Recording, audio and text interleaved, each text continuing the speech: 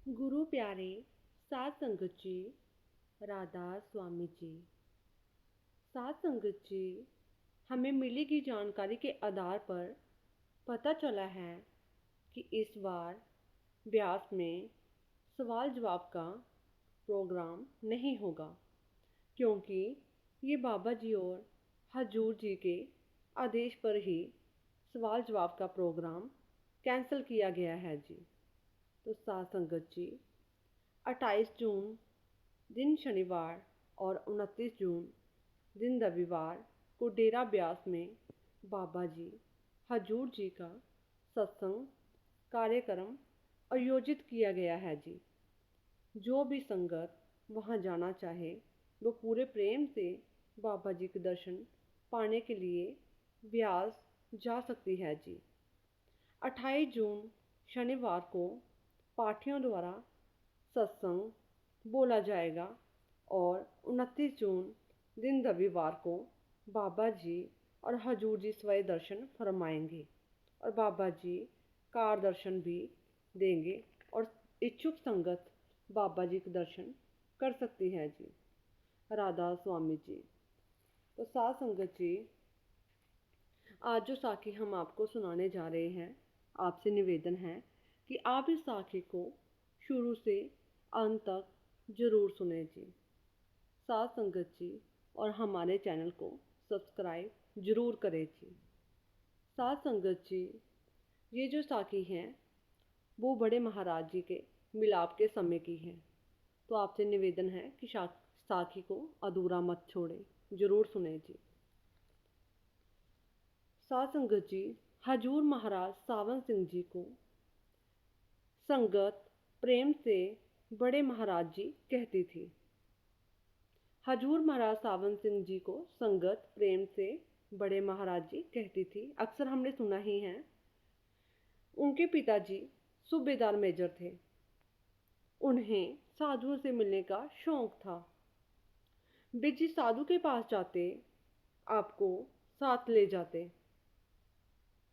आप जितना समय उनके साथ रहे, साधुओं से मिलते रहे।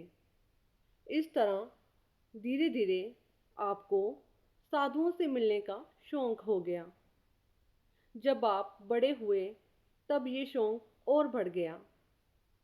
इसमें कोई शक नहीं कि रूहानियत एक अमली ज्ञान है, क्योंकि एक वक्त था जब आप खुद कहते थे कि गुरु की क्या ज़रूरत है। आप अपने जीवन के शुरू के दिनों में विभिन्न संस्थाओं के प्रेसिडेंट, सेक्रेटरी आदि रहे, लेकिन उच्चतर ज्ञान होने पर जब आपको ग्रंथों की ठीक व्याख्या की समझ आई तो आप गुरु की तलाश करने लगे। आप गुरु ग्रंथ साहिब पढ़ा करते थे। उसमें बार बार जिक्र आता था कि हर एक को गुरु की तलाश करनी चाहिए। इसलिए वे गुरु की खोज में हर सोसाइटी में गए। बाग में फूल भी होते हैं, कांटे भी होते हैं। कई महात्मा मिले, बातचीत हुई, लेकिन वे दे कुछ भी ना सके। फिर भी आप कहीं से निंदा का बाब लेकर ना आए। आखिर आपका तबादला पेशावर में हो गया। वहाँ आपने एक फ़कीर को देखा। उसने लंगोटी पहनी हुई थी और वह मस्ती में बैठा हुआ था। कई महीने आपने लगातार उसकी संगति की। वह कई बार आकर आपके पास महीना महीना रहा, लेकिन उसने आपको कुछ ना दिया। हार कर एक रात आपने उसे घेर लिया और कहा कि आज तो मुझे सच सच बता दो।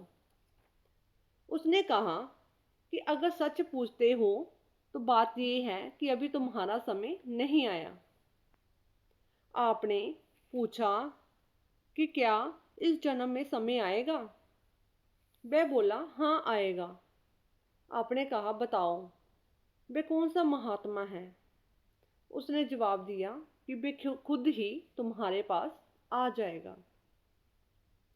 जब आपका तबादला पेशावर से मरी पहाड़ी पर हुआ तो एक दिन बाबा जैमल सिंह जी महाराज वहां आ पहुंचे। उनके साथ बीबी रुक्को भी थी। बाबा जी महाराज बीबी रुक्को से बोले कि हम इस सिख के लिए यहाँ आए हैं। इस पर बीबी रुक्को ने कहा कि इसने तो आपका अभिवादन भी नहीं किया। और इस पर बाबा जी ने कहा कि अभी इस बेचारे को क्या पता कि परसों ये मेरे पास आएगा।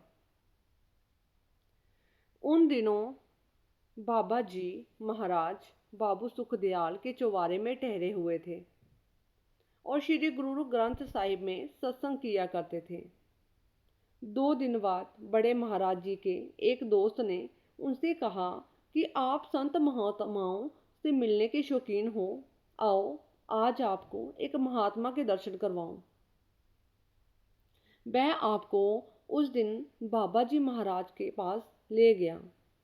आप कई दिन उनकी संगति में रहे।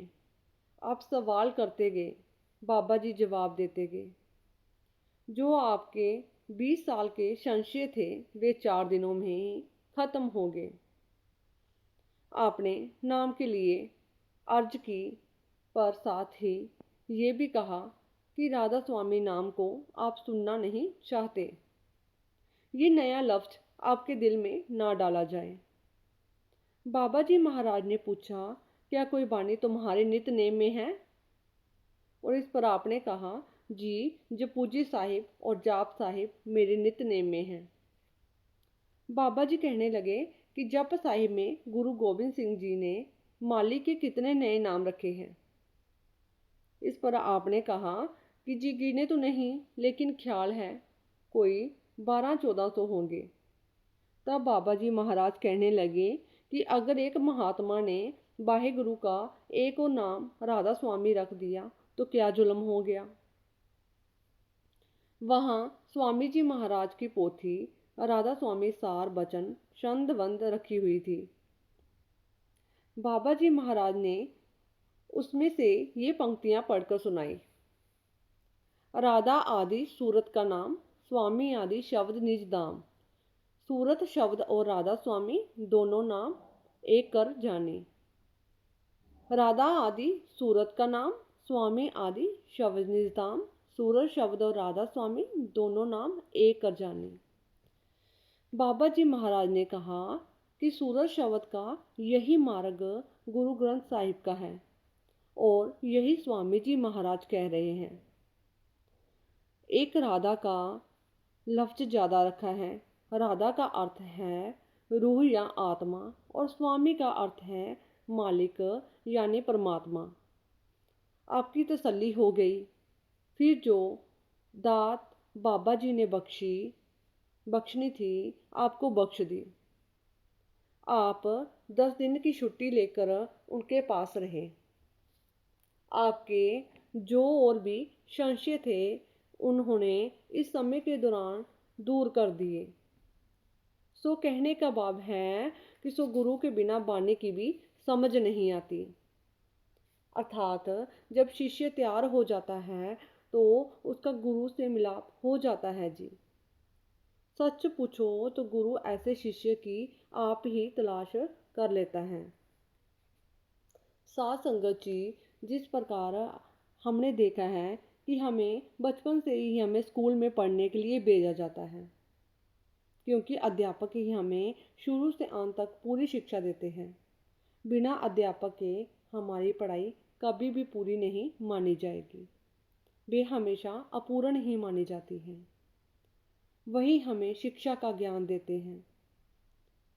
उसी प्रकार बिना गुरु के हमारा इस संसार में जीवन व्यर्थ माना जाएगा। वहाँ हमें शुरू से अंत तक इस संसार में जीवन का सार समझाया जाता है। सत्संग में हमें जीवन की असलियत समझाई जाती है। हमें हमारी इस संसार में जो अवस्था है उससे अवगत करवाया जाता है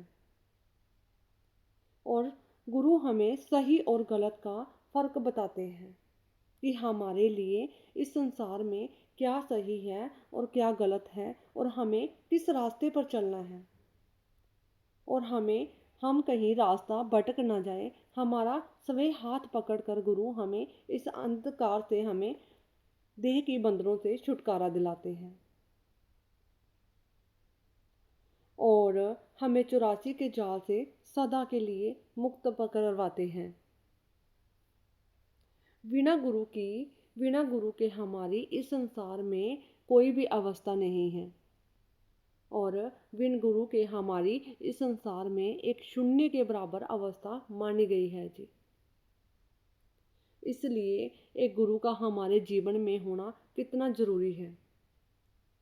साथ संगत जी, बिना गुरु के इस संसार में हमारी गति भी नहीं है।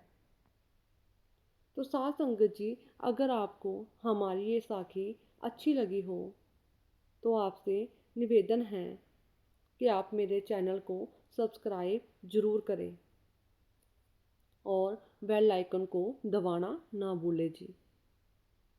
और कमेंट में राधा स्वामी ज़रूर लिखा करो और अपने शहर का नाम बताना भी ना भूलें। तो साथ संगत जी, आप राधा स्वामी जी।